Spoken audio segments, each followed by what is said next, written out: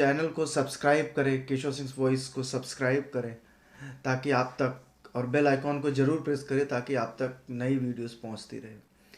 आज social media वो मंच है जहां पर आप अपनी बातों को, आप अपने विचारों को रख सकते हो। आप ये जानते हो, आप ये समझते हो कि आपके इर्द गिर्द, आपके आसपास आसपास में इस तरह का गुब्बारा बना हुआ है जहां पर इस तरह की सोच के लिए कोई जगह नहीं है। इस तरह की एक ऑरा सेट कर दिया गया है, बना दिया गया है, एक आभा मंडल इस तरह का बना दिया गया है जहां पर बहुतायत जो लोग हैं वो इन सब बातों को जल्दी समझने के लिए तैयार नहीं है। तो मैं उम्मीद करता हूं कि आप एक बार जरूर सोचेंगे। मैं बात कर रहा हूं, कल राहुल गांधी जी ने संसद में अपना वक्तव्य दिया, अपना उद्घोषण किया, अपना भाषण दिया, जहां पर उन्होंने भारत जोड़ो यात्रा से बातें, अपनी बातों को रखना शुरू किया और कई मुद्दों को छुआ। सवाल ये खड़ा होता है, सवाल ये बनता है कि सरकारी पक्ष में नंबर 1, नंबर 2, नंबर 3, नंबर 4 इस तरह के लीडर्स हैं। Number 1 Narendra Modi, number 2 Amit Shah, number 3 Rajnath Singh, number 4 Nitin Gadkari, और उसके बाद फिर 10 नंबर शुरू होता है, फिर बाकी के सारे लीडर्स आते हैं। जब उन्होंने अपनी बातें रखनी शुरुआत की उस समय सदन में कोई नहीं था। तो क्या हम ये समझें कि क्या ये लोग डर गए, सदन छोड़कर चले गए? क्योंकि उन्होंने जो सवाल खड़े किए, आज वो सवाल, ये ऐसे सवाल जो घूम रहा है भारत देश में, लेकिन मीडिया उस सवाल को छूना नहीं चाहता। 2000 याद करिए, 2014 2015 के दौर में जो आज राहुल गांधी ने जो सवाल उठाए हैं, 2014 2015 के दौर तक मीडिया ने उन सवालों को उठाया है। ना हो आप गूगल कर लीजिए, आप ढूंढ लीजिए। 2015 के बाद से, 2015 के बाद से जो मीडिया ने चरण वंदना शुरू की, जो पूरी तरह से लौट गई। नोएडा से चलने वाले अधिकांश मीडिया हाउस आज गोदी मीडिया बन के बैठी है। अधिकांश का मतलब, अधिकांश तो मैं ये नहीं कहूंगा, सारी कहूंगा। जितने भी चैनल्स जो नोएडा से चलते हैं, जो दिल्ली से चलते हैं, सभी का जो रिमोट है वो प्रधानमंत्री कार्यालय के पास चले गया है। तो अब वहां से वो सारे सवाल नहीं खड़े होंगे। देखिए, सवाल खड़ा किया रिपोर्ट के अनुसार मनी लॉन्ड्रिंग पर सरकार का रुख क्या है, सरकार ने स्पष्ट नहीं किया। विपक्ष जेपीसी की मांग कर रहा है, एक जांच की मांग कर रहा है, जिस पर सरकार अपने रवैये को स्पष्ट नहीं कर रही है, वो नहीं चाहती है। आखिर सरकार छुपाना क्या चाहती है? यदि सब कुछ सही है, कुछ गलत नहीं है, तो फिर जांच हो जाने दीजिए। सारे जो आरोप लगे हैं वो निराधार हो जाएंगे, सभी की बोलती बंद हो जाएगी। तो ये सरकार ऐसा क्या छिपाना चाहती है जो किसी भी तरह का जांच करने से इनकार है? इसका मतलब यह है कि आप उस घराने को आप बचा रहे हो, उस व्यक्ति को बचा रहे हो जिसके ऊपर ये सारे लांछन लगे हुए हैं। लेकिन बकरे की मां कब तक खैर मनाएगी? कभी तो कटेगी। अब उन्होंने कुछ सवाल पूछे हैं कि भाई अडानी, कुछ पोस्टर्स भी दिखाए थे, आप ढूंढेंगे तो मिलेगा, जो हमने भी देखा था, आपने भी देखा होगा, सभी ने देखा होगा कि विमान में एक जमाना था जब मोदी जी अडानी के विमान में सफर किया करते थे। फिर एक जमाना ऐसा आया जब अडानी जी मोदी जी के विमान में सफर करने लगे।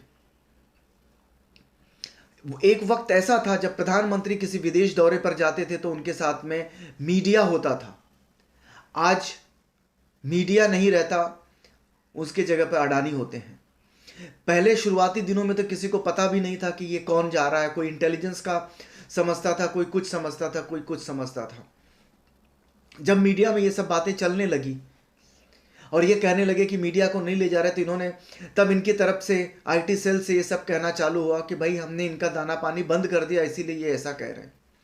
अब तो मीडिया को भी खराब नहीं लगता, क्योंकि वो सारे अब लौट गए हैं पूरी तरह से साष्टांग, अब बोलते हैं ना, साष्टांग की मुद्रा में आ गए हैं। कहना सवाल तो कुछ है ही नहीं, तो जवाब का तो सवाल ही नहीं पैदा होता। तो सवाल नंबर 1, मोदी जी के विदेशी दौरों पर किन किन विदेशी दौरों पर अडानी जी उनके साथ गए? किन विदेशी दौरों पर अडानी जी गए? पहले मोदी जी गए, फिर अडानी गए। और किन विदेशी दौरों पर मोदी जी आ गए और फिर अडानी गए? और उनके बाद, इन सब के बाद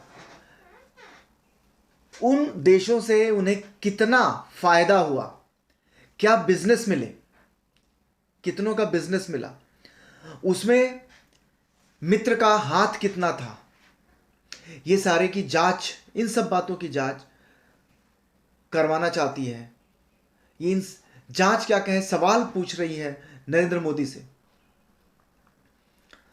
अगर संसद को एक जिम्मेदार जगह मानते हैं लोकतंत्र का, तो तकाजा यही था कि लोकतंत्र के सबसे बड़े प्रहरी इस समय देश के प्रधानमंत्री नरेंद्र मोदी जी, जब सवाल उन पर उठ रहे थे, अगर आप सही थे तो आप मैदान छोड़कर हटे क्यों? आप वहां रहते, उन सवालों को सामने से लेते।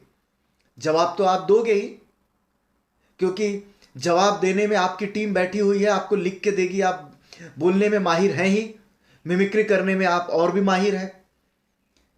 सवाल को भटकाना आपसे बेहतर शायद इस देश में और कोई नहीं जानता। तो आप जिन सवालों को पूछा गया है, आप तो उनसे भटका ही देंगे और जनता उन जवाबों से मरहूम रह जाएगी।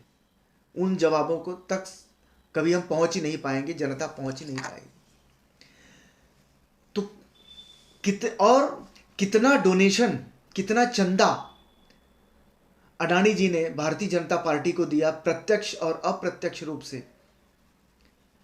क्या फायदा अडानी जी को मिला सरकार से और उनके अपने मित्र से? कितना इलेक्टोरल बॉन्ड के थ्रू पैसा आया पार्टी को?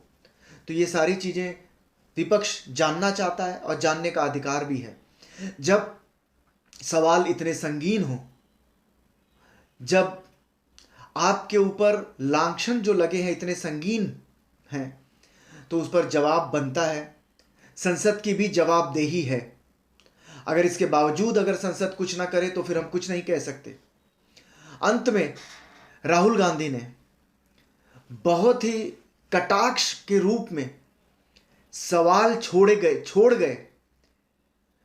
जो शर्म आती है कि यह भी दिन आएगा लोकतंत्र में कि प्रधानमंत्री पर इस तरह से सवाल किए जाएंगे। क्या कहा? Coming together is beginning, keeping together is progress, working together is success.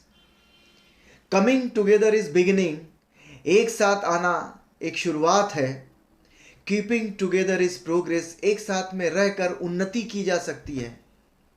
Working together is success, एक साथ मिलके काम करने से सफलता हाथ मिलती है। अडानी एंड नरेंद्र मोदी, अडानी जी और नरेंद्र दामोदर दास मोदी जी। मैं समझता हूं आप भी समझ गए होंगे।